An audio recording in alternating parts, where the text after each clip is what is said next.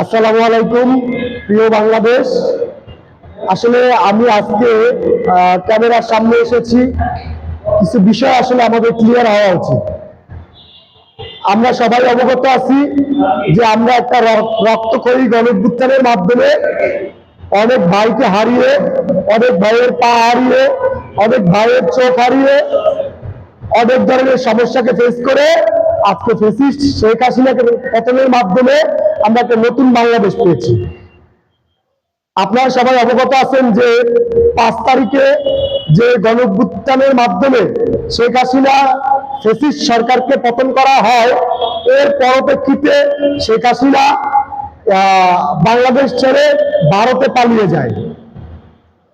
ভারত ইদানিং বাংলাদেশের অনেক ইস্যু নিয়ে নাক গলাচ্ছে, তাই আজকে আমার কথা বলতেই হচ্ছে।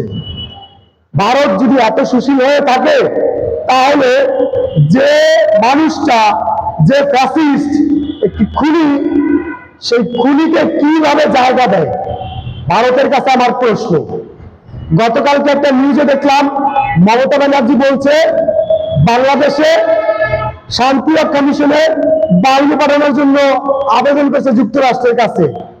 আমি বলতে চাচ্ছি যে আপনি যে এই বাহিনী পাঠানোর ব্যাপারে বলছেন, আপনি কি জানেন না বাংলাদেশের সেনাবাহিনী বিশ্বের বিভিন্ন দেশে শান্তি রক্ষা মিশনে কাজ করে থাকে? আমি কঠোরভাবে ইন্ডিয়াকে বলতে চাই, আপনারা যে নীল নকশা ফ্যাসিস্টের সাথে মিলে করতে যে নীল নকশা শুরু করেছেন, এই নীল নকশা এখন বাংলাদেশের মানুষ বুঝতে পেরেছে। তাই আপনাদের এই যে একটা প্রোপাগান্ডা, এই প্রোপাগান্ডা বাংলাদেশের জনগণ খাচ্ছে না।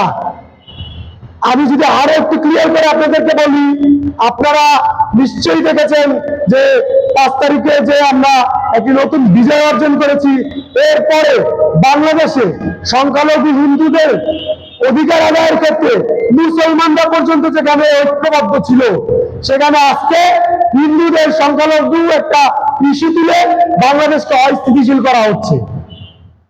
আপনারা দেখেছেন কিভাবে মাদ্রাসার ছাত্ররা, কিভাবে মুসলিম ছাত্ররা মন্দিরের নিরাপত্তা নিশ্চিত করেছে, হিন্দুদের বাড়িতে বাড়িতে মুসলমান ছেলেরা পাহারা দিয়েছে। সেখানে আজকে বাংলাদেশকে একটি উগ্রবাদী দেশ হিসেবে বিশ্বের কাছে উপস্থাপন করার চেষ্টা করছে ভারত। আমি ভারতকে এই যে তারা নীল নকশা করছে, তারা যে এই প্রোপাগান্ডা চালাচ্ছে, আমি এর তীব্র নিন্দা জানাই। আপনারা দেখেছেন এই ভারত কতটা উগ্র। তারা গতকাল বাংলাদেশের উপ হাই কমিশনারে পর্যন্ত হামলা করেছে। আমরা এই হামলা শুধু উপ হাই কমিশনারের উপরে না, আমরা ভেবে নিচ্ছি এই হামলা বাঙালি জাতির উপরে তারা করেছে। আমরা তীব্র নিন্দা ও প্রতিবাদ জানাই। আমরা যদি ভারতের ব্যাপারে একটু বলতে চাই, ভারত আজকে সুশীল আসতে যাচ্ছে।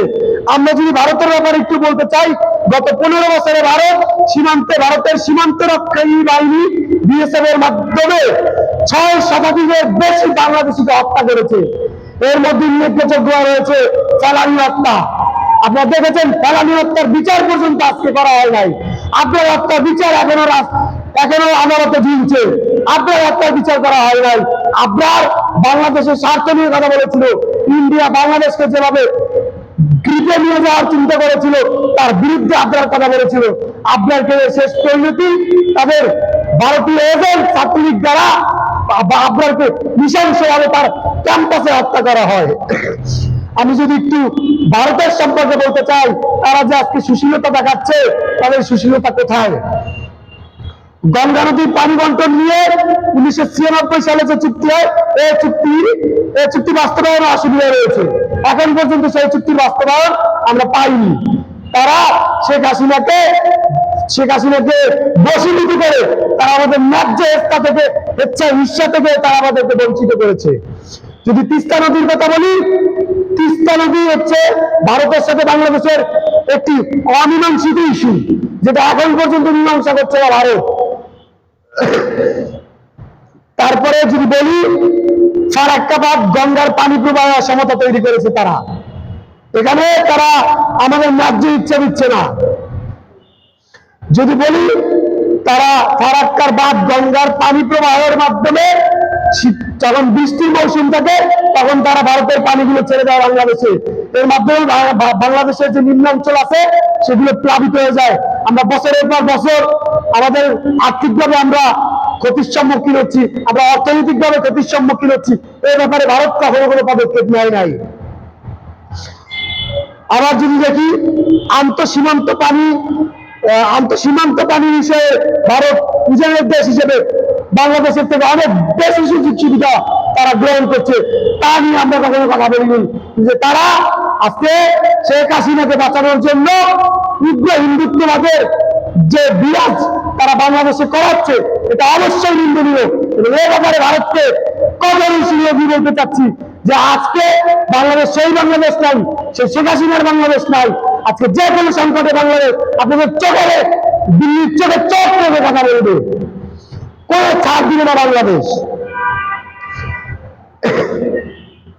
এবার আরেকটা বিষয় আমাদের পরিলক্ষিত, যখন বাংলাদেশে অবস্থিত ইসকনের নেতা চিন্ময় দত্তকে বাংলাদেশ বিভিন্ন সন্ত্রাসী উগ্রবাদী কার্যকলাপের কারণে গ্রেফতার করে, তখন বাংলাদেশে ভারতের যে এজেন্ট রয়েছে, ভারতের যে দালাল রয়েছে, তারা বাংলাদেশে একটা বিশৃঙ্খল পরিস্থিতি সৃষ্টি করতে চাচ্ছে। আমি যদি বলি ইসকন সম্পর্কে যদি একটু ছোট করে বলি, 58 বছর আগে যাত্রা শুরু হয় এই ইসকনের বিরুদ্ধে উগ্রবাদী অভিযোগ থাকায় এটিকে পৃথিবীর বিভিন্ন দেশে নিষিদ্ধ করা হয়েছে। সংগঠনটির বিরুদ্ধে শাস্ত্র প্রচার এবং ধর্মীয় বই বিতরণের উগ্রতার অভিযোগ রয়েছে। আরো যদি ক্লিয়ার করে বলি, এই ইসকন বিশ্বের কোন দেশে জায়গা পায়নি। একটি সময় সাবেক সোভিয়েত ইউনিয়নে গত 70 ও 80 দশকে ইসকনকে নিষিদ্ধ করা হয়েছিল। পরবর্তীতে 1971 সালে সোভিয়েত ইউনিয়নের পতনের পর আবারও কিছু উগ্র ধর্মান্ধ লোকেরা এই ইসকনকে আবারও চাঙ্গা করে তুলেছে। এছাড়া আমরা যদি আরো খেয়াল করি, যদি দেখি যদি একটু লক্ষ্য করে দেখি, তবে চীন, মালয়েশিয়া, শিয়া শাসিত ইরানে, আফগানিস্তানে, কাজাকিস্তানে, উজবেকিস্তান, কাজাকিস্তান সহ প্রায় 100টির উপরে দেশে ইসকনকে নিষিদ্ধ করা হয়েছে। আর বাংলাদেশে এই ইসকনকে বিগত 15 বছরে শেখ হাসিনা ইসকনের রঙে রঙে তার ফ্যাসিস্ট লীগকে তারা ঢুকিয়ে আজকে তারা পতন হয়ে গেছে, তারা পালিয়ে গেছে। তারপরে সেই ইসকনের মধ্যে যে ছাত্রলীগের যে একটা বলয়, আওয়ামী লীগের যে একটা বলয়, সেটাকে আবার সক্রিয় করার চেষ্টা করছে। আমরা বাঙালিরা কঠোর হুঁশিয়ারি দিয়ে বলতে চাই, এই ফ্যাসিস্টকে কোনোভাবে আর বাংলাদেশে ফিরতে দেওয়া হবে না, হবে না, হবে না। তারা যতই ষড়যন্ত্র করি বাংলাদেশটা রুখে দেবে ইনশাল্লাহ। আমি ভারতকে বলতে চাই, আপনারা এই শেখ হাসিনাকে আপনাদের দেশে পুলিশ এসে হাসিনাকে ঠাঁই দিয়ে আপনারা ফ্যাসিস্টের বন্ধুর পরিচয় দিয়েছেন।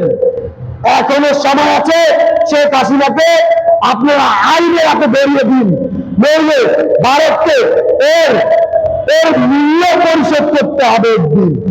আমরা বাঙালিরা ভারতকে প্রতিবেশী হিসাবে সবসময় দেখেছি এবং পরবর্তীতে দেখব, কিন্তু যে তাদের কার্যকলাপ যদি বাংলাদেশের স্বার্থে কোনো বিন্দু পরিমাণ আঘাত করে, আমরা তাদেরকে ছেড়ে দিব না ইনশাআল্লাহ। আমি আমার বক্তব্য শেষ করছি। ধন্যবাদ।